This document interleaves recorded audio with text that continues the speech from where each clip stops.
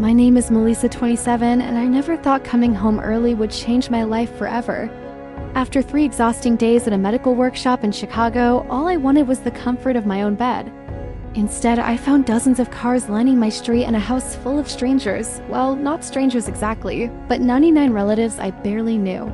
Celebrating under a banner reading, "Family means forever." The irony wasn't lost on me. Before I continue, where are you watching from today? Hit that like and subscribe button if you've ever felt like an outsider in your own family. Trust me, what happened next will show you exactly why blood isn't always thicker than water.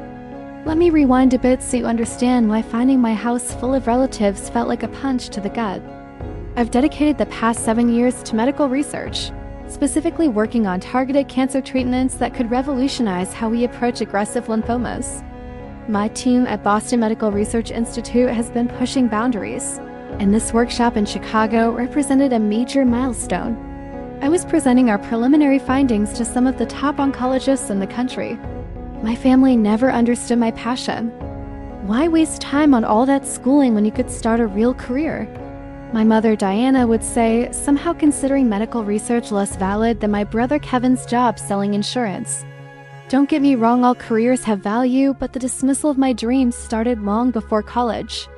Growing up in our modest suburban home outside Boston, it became clear early on that Kevin was the golden child. When I brought home straight A's, my report card would be glanced at and placed on the refrigerator. When Kevin brought home B's and C's, my parents threw a celebration dinner. "He worked so hard," they'd say, while my achievements were simply expected. The pattern continued through high school. Kevin's baseball games were family events. My debate team championships were attended only if nothing else was going on. My father, James, was a bit more supportive before he passed away from heart failure 5 years ago. He'd occasionally slip me encouraging notes or privately tell me he was proud, but never in front of Mom or Kevin. After Dad died, the house became a financial burden for Mom. That's when Kevin suggested we purchase it together. He'd live on the first floor with his wife, Stephanie. I'd take the renovated second floor, and Mom would move to the in-law apartment we built in the converted garage. It seemed like the perfect solution and maybe, just maybe, a chance to finally bridge the emotional gap between us. I used my research fellowship money for the down payment on my half. Kevin got most of his share from Stephanie's parents. We became co-owners with clear boundaries about shared spaces and responsibilities, documented in writing my attorney Barbara's suggestion, which at the time seemed unnecessarily formal for family. The arrangement worked reasonably well for about 4 years. I traveled frequently for research conferences, while Kevin and Stephanie established themselves as neighborhood socialites, frequently hosting dinner parties that I was welcome to join but somehow always scheduled when I had lab commitments. Mom settled into her apartment, dropping by my space unannounced despite my request for a simple text beforehand. "I'm family, Rachel. I shouldn't need an appointment to see my daughter," she'd say, often rearranging my things to be more organized while I was at work. Still, I made efforts, Sunday dinners when my schedule allowed, holiday gatherings where I'd smile through Kevin's stories dominating conversation, while my professional milestones went unacknowledged. Last Christmas, my research was featured in a prestigious medical journal. No one mentioned it, but everyone celebrated when Kevin got a sales award. Despite everything, I kept trying. When I learned about the Chicago workshop 3 months ago, I immediately texted Kevin about the dates I'd be away, asking him to keep an eye on my space. His response, "No problem, have a good trip. House will be quiet that weekend." That text would replay in my mind like a cruel joke when I stood in my doorway that Friday evening. The workshop had been incredible. My presentation received outstanding feedback, with several senior researchers suggesting collaborative projects. Dr. Winters, one of the most respected oncologists in the field, had personally invited me to discuss potential applications. I cut our meeting short, declining dinner to catch an earlier flight home, eager to decompress before the weekend. I'd even picked up small gifts for everyone, a Chicago snow globe for Mom's collection, craft beer from a famous local brewery for Kevin, and chocolate truffles for Stephanie. I thought maybe, just maybe, we could all celebrate my success together for once. How naive I was. The Uber dropped me off a block away from my house because of all the parked cars. Initially, I assumed a neighbor was hosting some event. As I wheeled my suitcase closer, recognition dawned. I knew these vehicles. That was Uncle Robert's vintage Mustang, Aunt Patricia's minivan with the dance school sticker, Cousin Michael's motorcycle. My pace slowed as confusion set in. The lights in my house blazed from every window, and I could hear music and laughter even from the sidewalk. Through the front bay window, I glimpsed a flash of color. A large banner stretched across my living room wall. Family means forever. My hands trembled slightly as I inserted my key in the front door. The noise inside was deafening. Dozens of conversations overlapping. Music playing, children shrieking as they ran through the house. The entry was crammed with shoes and coats I didn't recognize. The first person to notice me was my cousin Tiffany, whom I hadn't seen in at least 3 years. She froze mid-sentence, wine glass halfway to her lips.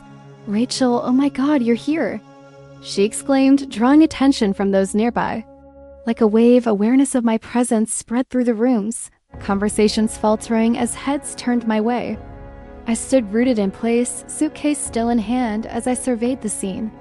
Every inch of my home was occupied by relatives, aunts, uncles, cousins, and people I vaguely recognized from childhood reunions but couldn't name. Some faces I hadn't seen since my father's funeral.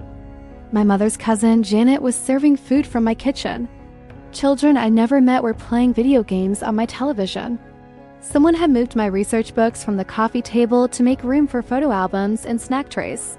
Through the crowd, I spotted my mother holding court in the dining room, gesturing animatedly to a group of older relatives.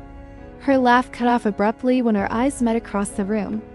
For a split second, pure surprise registered on her face before she composed herself.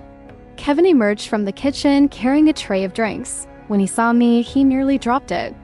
His wife, Stephanie, appeared beside him, whispering something in his ear that made his face flush red.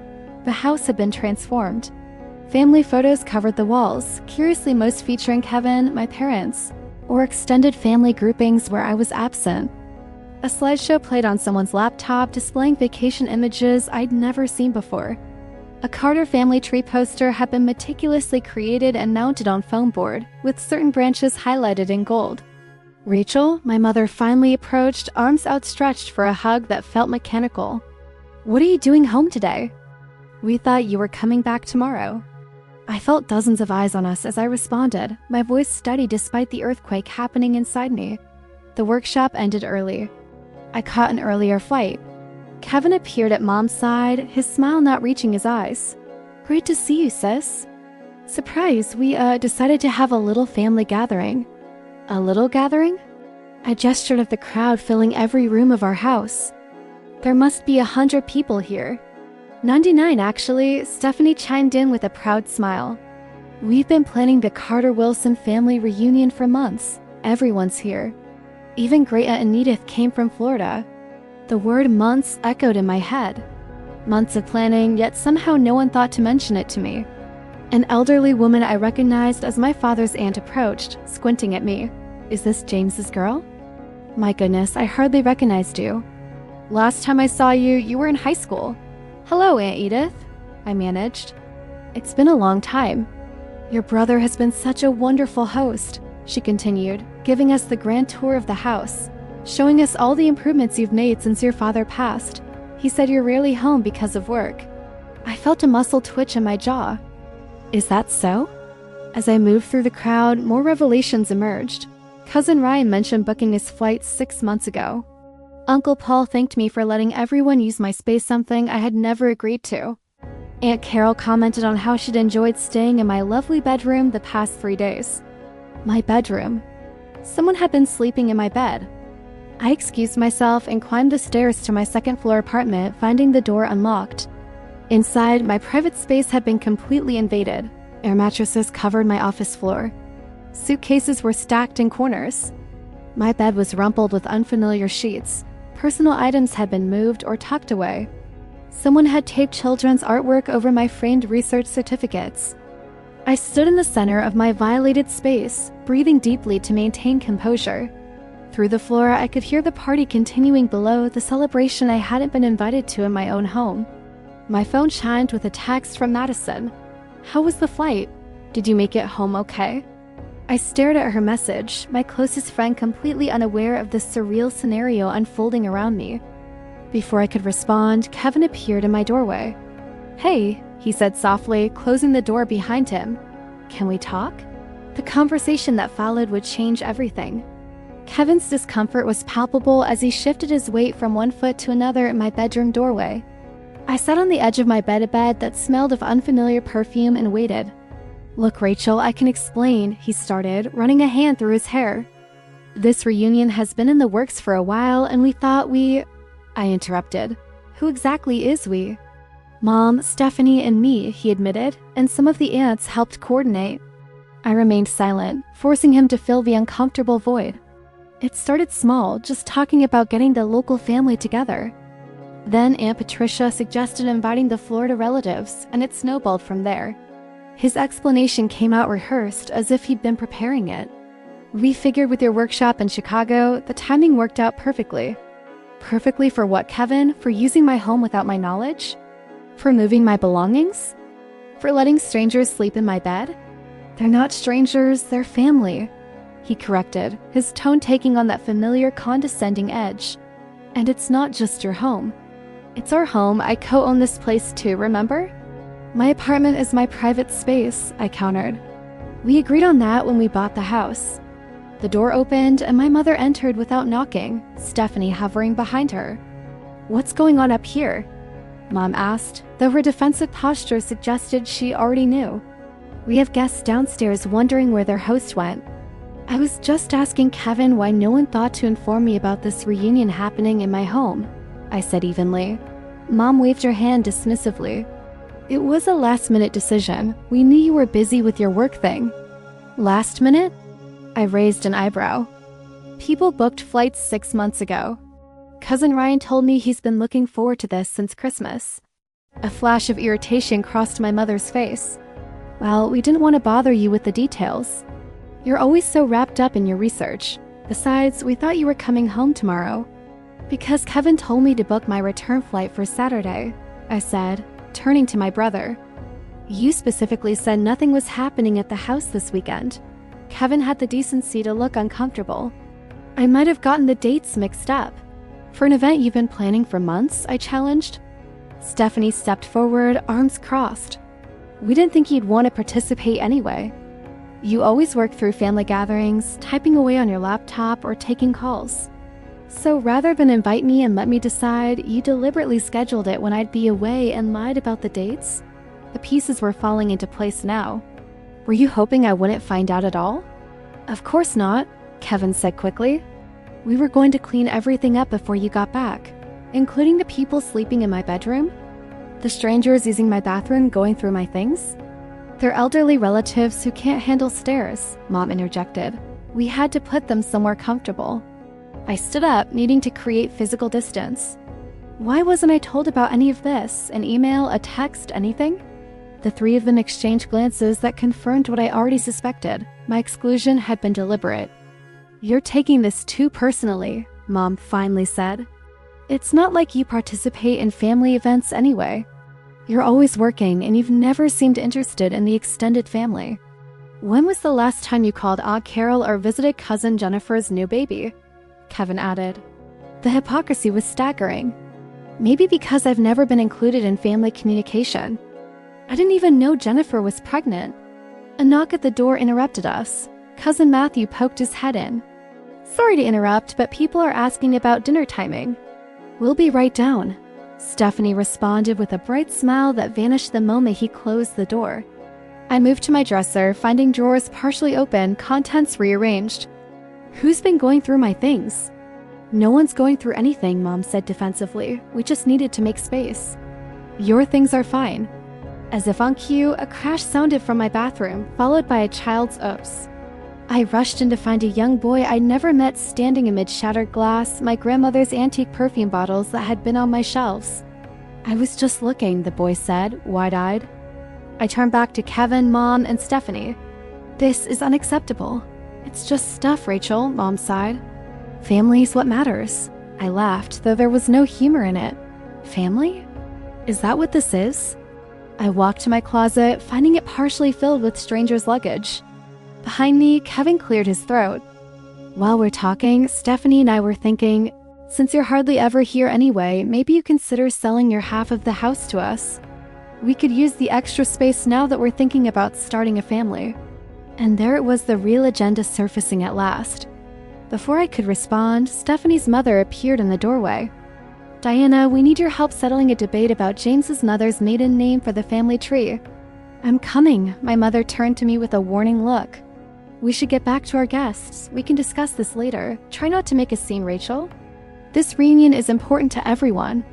As they filed out, I noticed a manila folder poking out from under the guest luggage in my closet. Pulling it out, I discovered it contained financial documents from Kevin's desk, papers showing multiple mortgage refinancing attempts, credit card statements with alarming balances, and a letter regarding denied loan applications. Pieces of a puzzle I hadn't known I was solving fell into place. The reunion, the sudden interest in buying my half of the house, the deliberate exclusion. It all connected. I carefully returned the folder, my mind racing. The noise from downstairs resumed. Laughter, music, the clinking of glasses. Through my window, I could see more relatives arriving, bearing food and gifts, a family celebration I hadn't been invited to in my own home. I had two choices: create a scene that would only reinforce whatever narrative they created about me, or respond in a way they would never expect. I chose the latter. With the confrontation still burning in my mind, I turned away from the window and surveyed my disrupted space. The sweet, powdery scent of my grandmother's shattered perfume bottles hung in the air, a family heirloom now reduced to glass shards on my bathroom floor. I opened my closet again and pulled out a small weekend bag, methodically packing essentials. Clothes for a few days, toiletries, my laptop, and important documents. As I worked, I used my phone to take photos of my space, the state of my bedroom, the air mattresses covering my office floor, the rearranged furniture, and the broken items in the bathroom. I documented everything meticulously, date and time-stamping the images. A soft knock interrupted my inventory. I opened the door to find Aunt Grace, my father's older sister and one of the few relatives I'd stayed in contact with over the years. At 78, she stood straight-backed and clear-eyed, offering a sympathetic smile. "I thought I might find you up here," she said, her voice low. "May I come in?" I stepped aside, allowing her into the chaos of my invaded space. "I want you to know I had no idea you weren't informed about this reunion," she said, settling carefully on the edge of my bed. "When Diana and Kevin were sending out invitations, I specifically asked if you were involved in the planning. They assured me you were too busy but had given your blessing." I shook my head, continuing to pack. "This is the first I've heard of it." Aunt Grace sighed deeply. "I suspected as much when I saw your face downstairs. Your father would be livid about this." The mention of my dad brought a tightness to my throat. "They've been sleeping in my bed, Aunt Grace, going through my things. Kevin just asked if I'd sell him my half of the house." Her eyebrows shot up. "Did he now? Interesting timing." "What do you mean?" She glanced toward the door, then lowered her voice. "I overheard Kevin and Stephanie talking with their financial advisor last night in the kitchen. I didn't mean to eavesdrop, but old ears work better than people expect. They've overextended themselves, Rachel, something about investment properties that aren't performing and credit card debt. This confirmed what the documents I'd found suggested. So this whole reunion, I can't say for certain it's connected," Aunt Grace said carefully.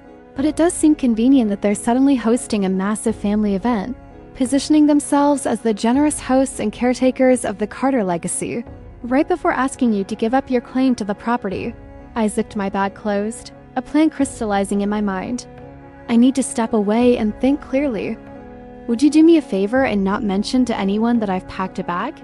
Aunt Grace nodded, then reached into her pocket and pulled out a small velvet pouch. "I brought this for you.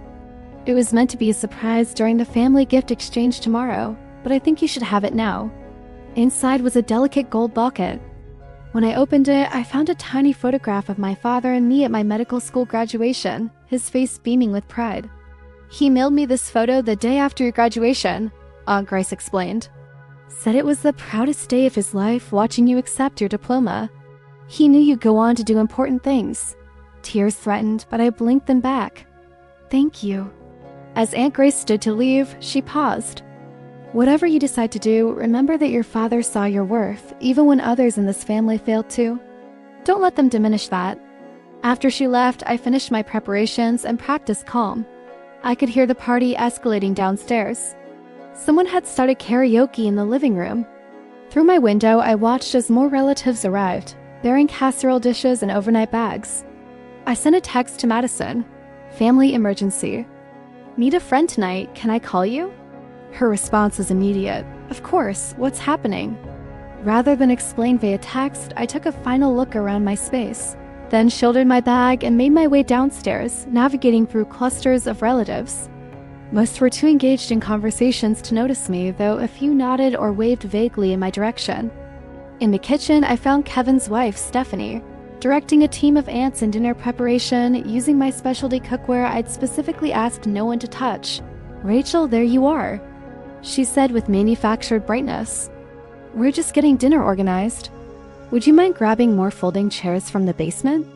"Actually, I have some urgent work emails to handle," I replied, keeping my voice neutral. "I'll be stepping out for a bit." Her relief was poorly disguised. "Oh, sure, don't worry about anything here.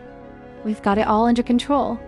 As I headed for the door, I overheard my cousin Thomas asking Kevin about property values in the neighborhood. Kevin's response made me pause. "Fantastic investment opportunity," he was saying. "Once the paperwork goes through, we'll have the entire house and can finally renovate the second floor the way we've always wanted." The confidence in his tone suggested he considered my agreement to sell a foregone conclusion. I slipped out the front door unnoticed, the sounds of my family celebration fading as I walked to my car. As I drove away, I called Madison, who listened in shocked silence to my explanation. "Stay with us tonight," she insisted. "Daniel is making his famous lasagna, and the guest room is already made up." I declined gently, having already booked a hotel room downtown. I needed space to think, to plan, to determine my next steps without emotional influence. The hotel lobby was quiet, a stark contrast to the chaos I'd left behind. As I checked in, the receptionist smiled professionally. "Business or pleasure trip?" "Neither," I answered honestly. "Just creating some necessary distance." In my room, I spread out the photos I'd taken, reviewing them alongside the images of the financial documents I'd glimpsed. I made lists, researched my legal options, and began drafting emails. By midnight, my strategic retreat had transformed into a counteroffensive. My phone had accumulated dozens of missed texts and calls, mostly from Kevin, growing increasingly demanding about my whereabouts. I responded only to Aunt Grace, assuring her I was safe and thanking her again for the locket before sleep finally claimed me. In the early morning hours, I made one final note in my planning document: family means forever, but so do consequences. Morning light filtered through the hotel curtains as I awoke to another barrage of notifications. 27 missed calls, mostly from Kevin and my mother. Their text messages evolved from casual inquiries about my whereabouts to increasingly frantic demands for a response. From Kevin, "Where did you go last night?" "Mom is worried." From Mom, "This is childish behavior, Rachel. Call me immediately." From Kevin, "Seriously, sis, everyone's asking about you. At least let us know you're okay." From Stephanie, "You're embarrassing Kevin in front of the family." I set my phone aside and ordered room service, a luxury I rarely indulged in, but today warranted it. While enjoying my coffee, I called Barbara Reynolds, my attorney since I'd first invested in the house. "Rachel," she answered warmly, "this is earlier than our usual check-ins. Everything okay?" "Not exactly," I replied before detailing the events of the previous evening.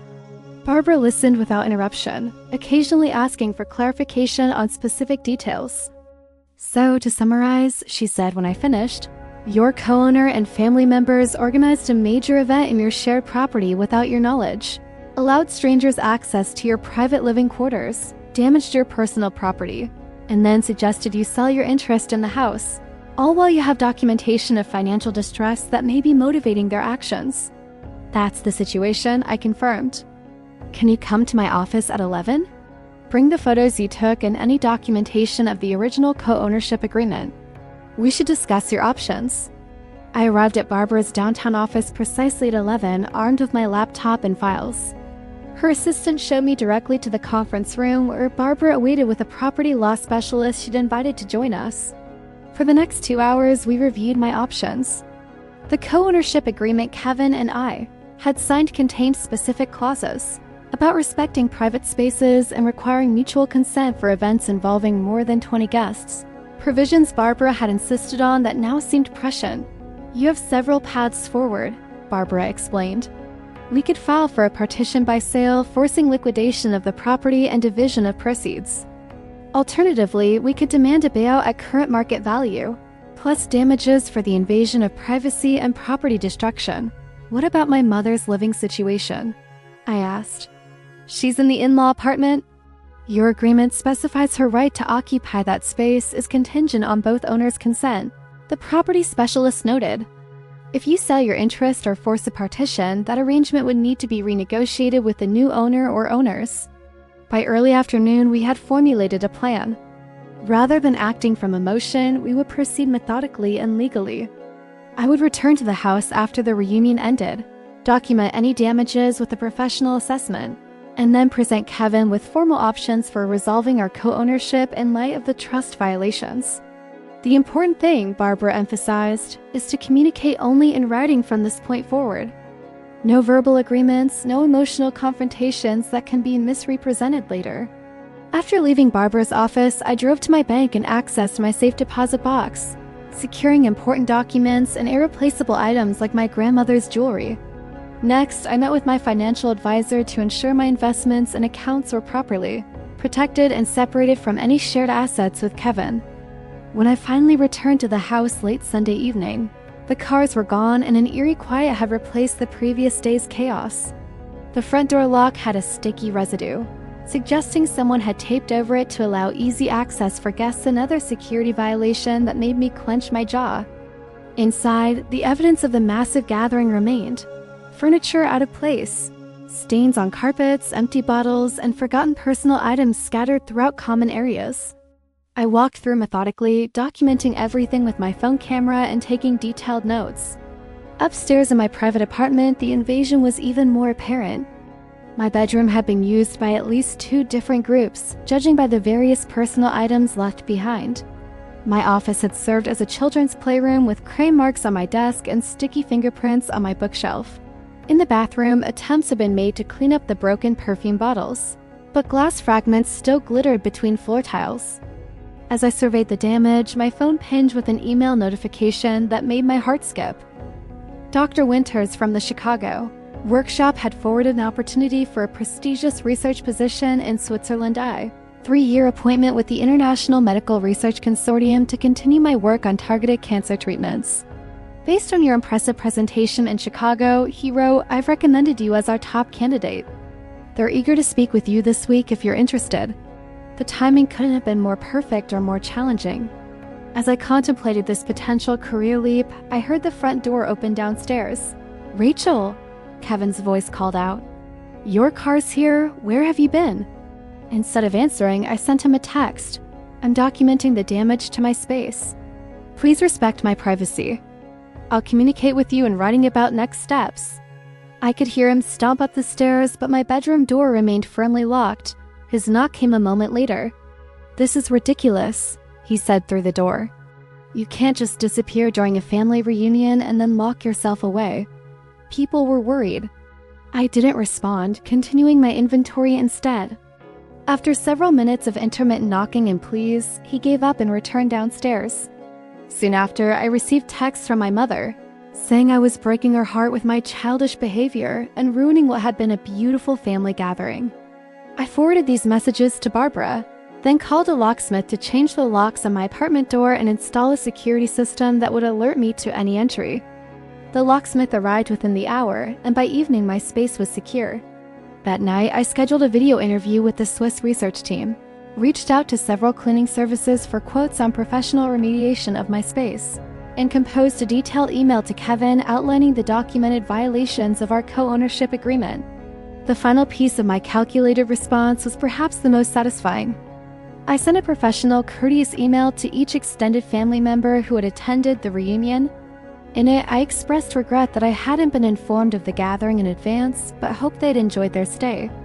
I clarified that any future visits would require advance notice and ended with news of my potential international research opportunity, establishing a narrative that directly countered whatever story Kevin and my mother might spread.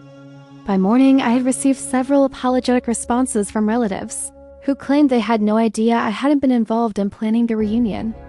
Aunt Patricia even called, horrified to learn she'd been sleeping in my bed without my permission. Kevin and your mother told everyone you were fully aware and had agreed to everything, she explained. They said you were too busy with work to help organize, but had given them your blessing to use the entire house. This information, while infuriating, was valuable confirmation of the deliberate deception. I thanked her for her honesty and added her statement to my growing file. When I finally emerged from my apartment the next day, I found Kevin waiting in the kitchen, his expression a mixture of anger and apprehension. "We need to talk about this email you sent me," he began, waving his phone. "Legal action? Documented violations? This is family, Rachel, not some business transaction." I maintained my composure. "I prefer to communicate in writing from this point forward. I've made my position clear. This is about the house, isn't it? If you needed money, you could have just said so instead of threatening legal action." The irony of his statement was not lost on me. This is about respect, Kevin, something that was clearly lacking when you decided to host 99 people in our home without my knowledge or consent. His face flushed. "You're never here anyway, always at work, always too busy for family. What difference does it make if we use this space when you're gone?" "The difference," I said evenly, "is that it's my home too. My name is on the deed. My money paid for half of it and my private space was violated." "So you're going to punish everyone over one misunderstanding?" Mom is beside herself. Stephanie is in tears. "Is that what you want?" I gathered my car keys, ready to leave for my scheduled meeting with the Swiss research team. What I want is respect for my property and privacy. Everything else is outlined in the email from my attorney. I suggest you read it carefully and consult your own legal counsel. As I walked out, I could hear him on the phone immediately, his voice tight with panic as he presumably called my mother. Their problem had now become very real, and my solution was already in motion. The video interview with the International Medical Research Consortium exceeded my expectations. Dr. Winters had apparently given me a glowing recommendation, and the team in Switzerland seemed genuinely excited about my research approach. The position offered not only professional advancement, but also a housing allowance and relocation package. "We would need your commitment within 2 weeks," Dr. Muller, the program director, explained. "Our grant cycle begins next month, and we need our team in place." I expressed strong interest while being transparent about my current situation. "I have some personal matters to resolve, but I don't anticipate any obstacles to accepting your offer." After the call, I sat in my car in the parking garage, letting the opportunity sink in. 3 years in Switzerland, continuing my research with increased funding and resources. Working alongside international experts in the field, it was everything I'd worked toward. The timing couldn't have been more serendipitous. Rather than returning home, I drove to a quiet cafe to map out my next steps. The Switzerland offer provided leverage and a timeline. Now I needed to execute my plan methodically. My first stop was a property management company specializing in high-end rentals. I met with their director, explaining my situation in broad strokes. I co-own a property but will be relocating internationally. I'd like to retain my ownership interests but have my portion professionally managed and rented during my absence. The director, Ms. Collins, asked thoughtful questions about the property and the co-ownership arrangement. "We've handled similar situations before. The key is establishing clear boundaries and expectations with the co-owner." She outlined their services: finding qualified tenants, handling maintenance issues, collecting rent, and providing regular financial statements. Most importantly, they would serve as a buffer between me and Kevin, removing the emotional component from property decisions. "We'll need to inspect the property and take detailed documentation of your space," Ms. Collins explained. "Given the co-ownership, we'll also need to establish protocols for common areas and shared responsibilities." I scheduled the inspection for the following day during hours I knew Kevin would be at work. My next appointment was with Barbara to finalize the legal framework for this arrangement. She had prepared a comprehensive amendment to our co-ownership agreement, specifying that in lieu of selling my interest, I would be exercising my right to rent my portion while maintaining ownership. "This effectively blocks his ability to force you out," Barbara explained, "while still providing you income from the property. The management company creates a professional buffer that depersonalizes the situation." We also prepared a formal notice about the property damage, with repair costs to be deducted from any shared maintenance fund before accounting for rental income. Additionally, Barbara drafted an agreement regarding my mother's living arrangement, ensuring her housing security while clarifying boundaries. Send these by certified mail, Barbara advised. It establishes a paper trail and signals you're serious about enforcing your rights. Over the next several days, I methodically prepared for my potential move. I researched visa requirements for Switzerland, initiated the process with human resources at my current institution for a possible leave of absence, and began sorting my belongings into categories: take, store, or sell. Throughout this period, the barrage of messages from Kevin and my mother continued. Kevin oscillated between anger and attempts at reconciliation. You're overreacting. We can talk this out. Is this really worth destroying our family over? Fine, ignore me. Your attorney can talk to mine. Please, Rachel, Mom's blood pressure is through the roof because of this stress. My mother's messages were predictably manipulative. I raised you better than this. Your father would be so disappointed in how you're treating family. I'm not feeling well. The doctor says it's stress-related. Is that what you want? Kevin and Stephanie might lose everything because of your selfishness. I maintained my commitment to responding only in writing and only to substantive issues, ignoring the emotional manipulation. When my mother claimed a health crisis, I sent a brief email. I'm sorry to hear you're unwell. I've sent information about your medical options under your current insurance plan. Please keep me updated on your condition. The property management inspection went smoothly. Ms. Collins was thorough and professional, documenting the current state of my space and identifying areas needing repair from the reunion damage. She seemed unimpressed when Kevin arrived home unexpectedly during the inspection. Who's this? He demanded, watching as she photographed water damage on my ceiling. I'm Jennifer Collins from Elite Property Management, she replied calmly. Dr. Carter has engaged our services to prepare her space for rental management. Kevin's face went through a fascinating transition from confusion to comprehension to alarm. Rental? What rental? Rachel, you can't rent out your portion of the house. Actually, she can, Miss Collins interjected before I could respond. The co-ownership agreement explicitly permits either owner to rent their portion, provided proper management is in place. We'll be handling all aspects of the tenancy to ensure minimal disruption to the property. Kevin followed us through the remainder of the inspection, peppering me with questions I directed to Miss Collins or answered with brief, factual responses. When he realized I wouldn't engage in an emotional confrontation, he retreated to call my mother, who predictably appeared at the house 30 minutes later. I was in my office, packing books, when she entered without knocking despite the new lock. She must have convinced Kevin to use his emergency key. This has gone far enough, she announced. You're tearing this family apart over nothing. I continued packing, my voice steady. I'm exercising my legal rights regarding property I co-own. There's nothing personal about it. Nothing personal? She sputtered. You're bringing strangers into our home. You're sending legal notices to your own brother. You're threatening the roof over my head. I set down the book I was holding and finally faced her directly. The legal notices wouldn't be necessary if my privacy and property had been respected. As for your living arrangement, the documents explicitly state your housing is secure as long as you respect the boundaries established. Boundaries? She said. We're family. We shouldn't need formal agreements and legal papers between us. The reunion proved exactly why we do, I countered. Now, if you'll excuse me, I have a call with Switzerland in 20 minutes. Her expression shifted. Switzerland? What are you talking about? For the first time since discovering the reunion, I allowed myself a small smile. I've been offered a research position with the International Medical Research Consortium. 3 years in Geneva with the possibility of extension. The news hit her like a physical blow. You're moving to Switzerland? Just like that? What about your job here?